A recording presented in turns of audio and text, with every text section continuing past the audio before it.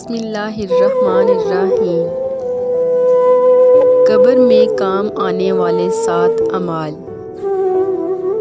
نبی کریم صلی اللہ علیہ وآلہ وسلم نے ارشاد فرمایا، انسان کے مرنے کے بعد 7 اعمال کا اجر جاری رہتا ہے جبکہ انسان اپنی قبر میں ہوتا ہے۔ وہ 7 اعمال یہ ہیں۔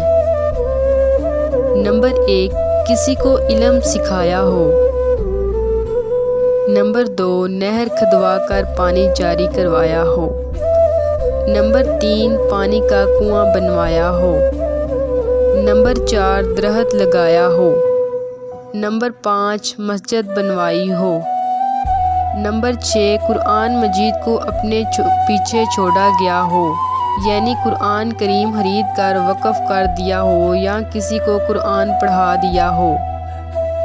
نمبر 7، اپنے پیچھے نیک اولاد چھوڑی ہو جو اس کے مرنے کے بعد اس کے لیے دعائے مغفرت کرتی ہو۔